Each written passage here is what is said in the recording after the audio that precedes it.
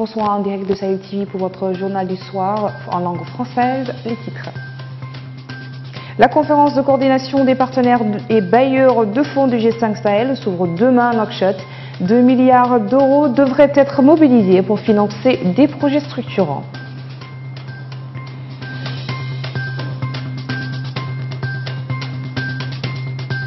Les partis du FNDU ont opposé leur accord de principe quant à la présentation d'un candidat unique aux élections présidentielles prévues au cours de l'année prochaine.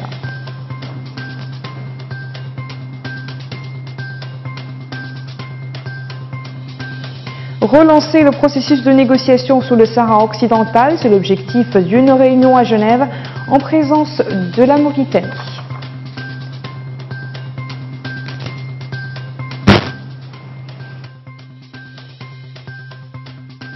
C'est demain que se tiendra à Nouakchott la conférence de coordination des partenaires et bailleurs de fonds du G5 Sahel au terme de la conférence du 6 décembre à Nouakchott qui rassemblera chefs d'État de la région, dirigeants européens et représentants des bailleurs de fonds. Les pays du G5 Sahel pourraient bénéficier de presque 2 milliards d'euros destinés à financer des projets de développement dans les zones frontières ou en proie à des troubles. Compte rendu signé Sid Ahmed Belilatou. 40 projets structurants à financer pour booster le développement du Sahel. C'est l'objectif de la conférence de coordination des partenaires et bailleurs de fonds du G5 Sahel qui s'ouvre demain à Nouakchott. Les chefs d'État des pays membres sont tous arrivés, à l'exception du président Ibrahim Boubacar Keïta du Mali, attendu incessamment. Le programme d'investissement propriétaire, comprenant 19 programmes et 105 projets, a été élaboré pour être instrument de mise en œuvre de la stratégie pour le développement et la sécurité. Le G5 Sahel, outre sa mission principale de coordination et de suivi de la coopération entre les États membres en matière de sécurité et de développement, est également un instrument de développement dont l'originalité réside dans le couplage entre la défense et la sécurité d'une part et le développement d'autre part. La stratégie pour le développement et la sécurité, adoptée par les chefs d'État et déclinée en plan d'action pluriannuel, devant être opérationnalisée à travers le programme d'investissement prioritaire, composé de projets régionaux structurants et des projets concernant principalement les zones frontalières, articulés autour des 4 axes stratégiques, à savoir défense et sécurité, gouvernance, infrastructure et développement humain et résilience. Ce programme d'investissement prioritaire adopté en juin 2014 a fait l'objet d'une actualisation lors de la session ordinaire du Conseil des ministres tenue le 6 juin dernier à Bamako, au Mali. De façon spécifique, le programme d'investissement prioritaire devrait être redimensionné en vue de présenter une première phase 2019-2021. Ouvert ce matin à Nouakchott, les travaux d'un atelier de renforcement de capacité de l'Union africaine en matière d'enregistrement des événements d'état civil et des statistiques vitales. Organisé par l'Agence nationale du registre de la population et des titres sécurisés, l'Union africaine, la rencontre de 3 jours vise à informer les responsables africains de l'état civil de l'expérience dans ce domaine et sur le progrès accompli en la matière, couronné par la création d'un registre de la population englobant les citoyens, les étrangers résidents et les visiteurs, en plus de la sécurisation des documents nationaux. L'établissement également et la livraison des pièces d'état civil à partir de données biométriques centralisées et permanentes. La compagnie de transport public a annoncé l'acquisition de 15 nouveaux bus pour accroître la desserte de son parc roulant automobile. La spécificité de ces nouveaux bus est qu'ils vont desservir des lignes express et à moindre coût. Cette décision ne satisfait certains usagers pour lesquels elle ne règle pas définitivement le problème du transport urbain à Nouakchott, série TV. Des nouveaux bus flambant neufs, assez confortables et particulièrement adaptés à l'environnement des Nouakchottois. La Société nationale de transport entend ainsi améliorer les conditions de déplacement des populations jusque-là caractérisées par la raréfaction de moyens de transport. La Société nationale des transports a mis en circulation 15 bus rapides pour combler le vide dans le cas de transport urbain à Nouakchott. Ce sont 10 bus rapides et le prix est toujours le même, à 5 milliards MRU. Ceux qui ont expérimenté ce nouveau bus attestent de leur rapidité et de leur confortabilité. Nous félicitons cette société pour ses services rendus. Nous payons moins qu'avant dans des bus climatisés et rapides. Se déplacer à Nouakchott, c'est un calvaire. La desserte n'est pas assurée par un transport en commun fiable et moderne. L'introduction de ce nouveau bus va assurément combler le déficit constaté depuis plusieurs années au grand bonheur des populations. La Mauritanie et l'Allemagne ont engagé aujourd'hui des discussions pour le renouvellement de leur accord de coopération financière et technique, a révélé l'ambassadeur d'Allemagne à Nouakchott. L'enveloppe de l'accord de 2018 s'élève à 43 millions d'euros, soit plus de 16 milliards d'ouguiya. Les domaines d'intervention prioritaires ont été définis conjointement avec le gouvernement mauritanien. Elles concernent les secteurs clés comme la formation professionnelle. Les relations entre l'Allemagne et la Mauritanie ont une longue portée depuis les années 60. Ils sont stables, durables et profondes. J'aimerais, pendant mon séjour ici, comme ambassadeur de l'Allemagne, contribuer à l'effort de encore améliorer les relations bilatérales qui sont bonnes, qui ont toujours été bonnes, et à travers la coopération surtout dans des domaines que nous allons prochainement, dans une semaine, lors des négociations régulières entre l'Allemagne et la Mauritanie, décider conjointement pour l'avenir proche. L'Allemagne s'engage en Mauritanie depuis longtemps et nous continuons à le faire. C'est donc l'ambassadeur d'Allemagne à Nouakchott.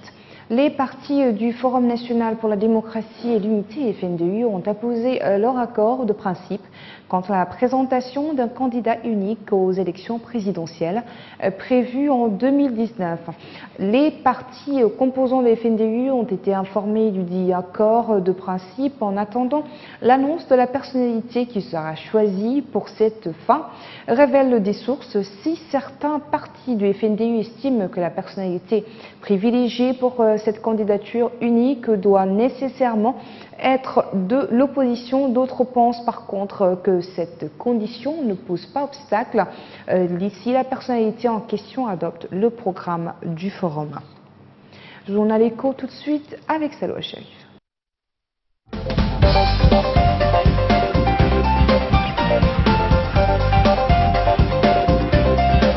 Merci Ndeye. Mesdames et messieurs, bonsoir. Les pays du G5 Sahel pourraient bénéficier de presque 2 milliards d'euros à l'issue de la conférence de coordination des partenaires et bailleurs de fonds du G5 Sahel pour le financement du programme d'investissement prioritaire qui aura lieu demain. Demain, donc, les 5 chefs d'État du Burkina Faso, du Mali, de la Mauritanie, du Niger et du Tchad accueilleront des dirigeants européens et les représentants des bailleurs de fonds afin d'arrêter ensemble la liste et le financement des projets destinés à promouvoir le plus vite possible la sécurité et le développement dans cet ensemble de 60 millions d'habitants qui est gravement affecté par la montée du terrorisme. Et en France, les annonces du gouvernement pour apaiser le mouvement des Gilets jaunes n'ont pas reçu un écho favorable de la part de ces derniers.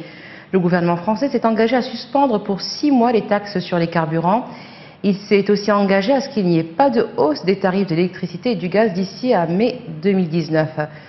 Le manque à gagner pour l'État français, rien que pour la suspension de 6 mois, est de 1,85 milliard d'euros.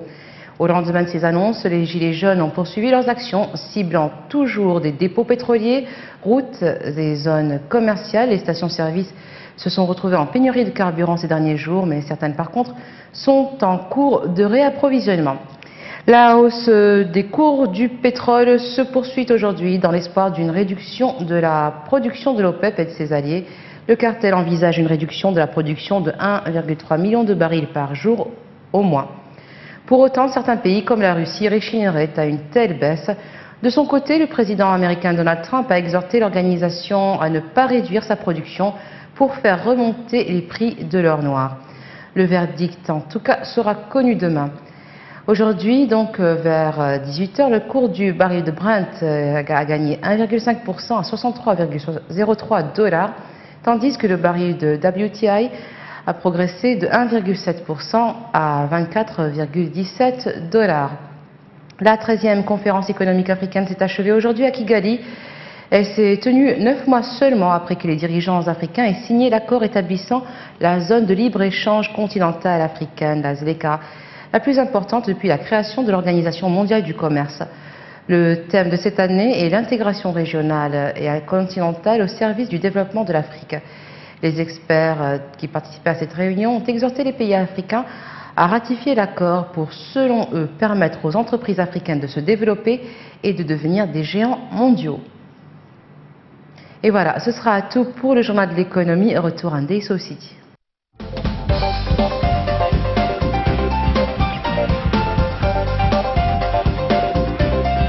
Voici donc l'actualité écho de ce journal. Des discussions entre le Maroc, le Front Polisario, l'Algérie et la Mauritanie se sont ouvertes aujourd'hui à l'ONU à Genève pour tenter de relancer les négociations sur le territoire disputé du Sahara occidental, au point mort depuis 2012.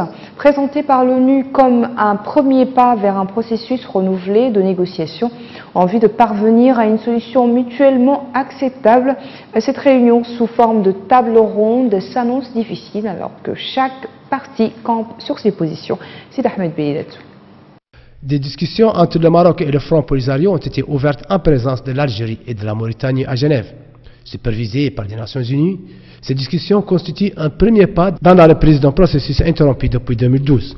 La table ronde s'annonce difficile alors qu'elle vise la relance des négociations sur le territoire du Sahara occidental, objet d'un conflit depuis plus de 40 ans entre le Polisario et le Maroc. Le secrétaire général de l'ONU, Antonio Guterres, a appelé toutes les parties à s'engager dans des discussions sans conditions préalables et dans un esprit constructif. L'ordre du jour de la réunion à Genève reste très vague. Situation actuelle, interrogations régionales, prochaines étapes du processus politique selon l'ONU. Le Maroc a réintégré l'Union africaine et de siéger au sein de l'institution aux côtés de la République arabe sahraoui démocratique. Le Royaume, selon Nasser Bourita, son ministre des Affaires étrangères, estime que l'Algérie a une responsabilité flagrante dans le dossier du Sahara occidental. Aujourd'hui, avec le début de cette table ronde, tous les acteurs du conflit sont présents. Le Maroc et le Front Polisario, bien sûr, mais aussi l'Algérie et la République islamique de Mauritanie. L'approche est de ne pas mettre trop de pression et d'attente sur cette première rencontre, décrypte une source diplomatique proche du dossier en soulignant les mauvaises relations entre Alger et Rabat. Principal soutien du Polisario, l'Algérie, qui ira à Genève en qualité d'État voisin, prendre une négociation directe, franche et loyale entre le Maroc et le Polisario pour aboutir à une solution définitive.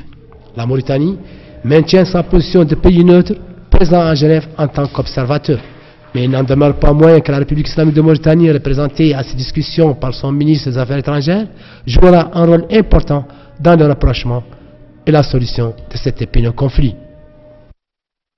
La justice française a autorisé l'extradition de François Compaoré vers le Burkina Faso, où le frère de l'ancien président Blaise Compaoré est mis en cause par la justice pour l'assassinat du journaliste Norbert Zongo.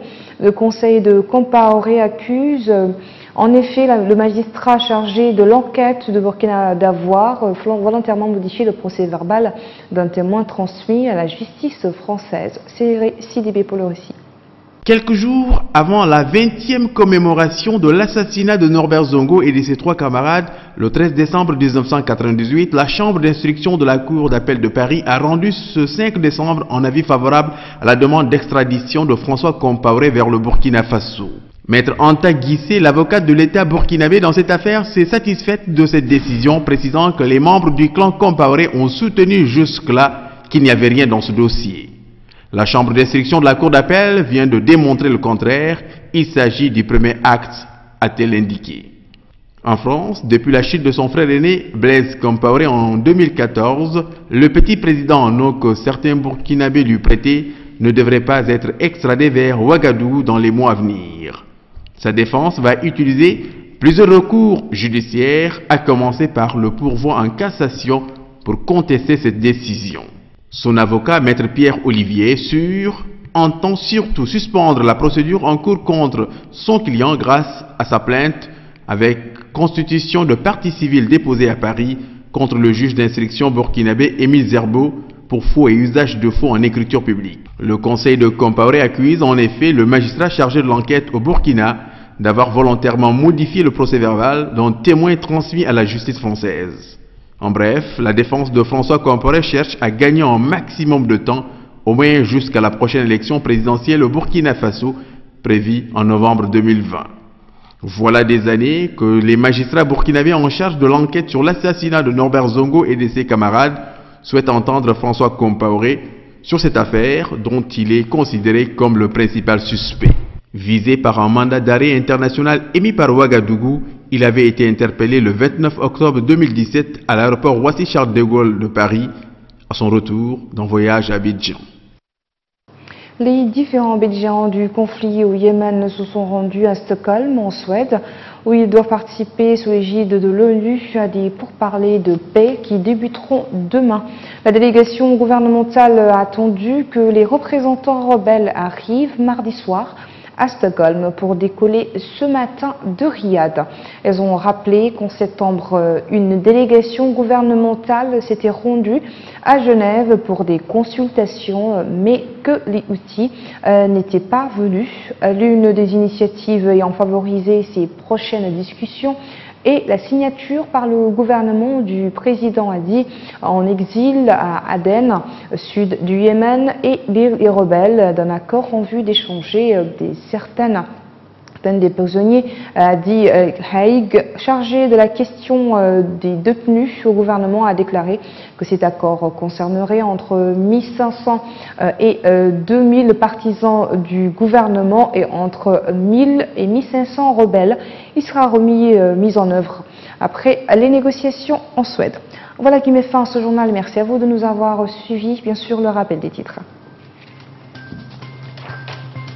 La conférence de coordination des partenaires et bailleurs de fonds du G5 Sahel s'ouvre demain à Nouakchott. 2 milliards d'euros devraient être mobilisés pour financer des projets structurants.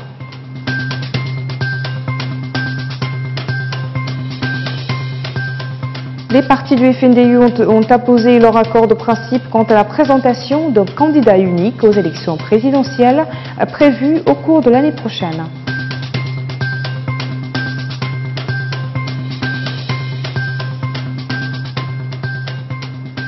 Relancer le processus de négociation sur le Sahara occidental, c'est l'objectif d'une réunion à Genève en présence de la Mauritanie.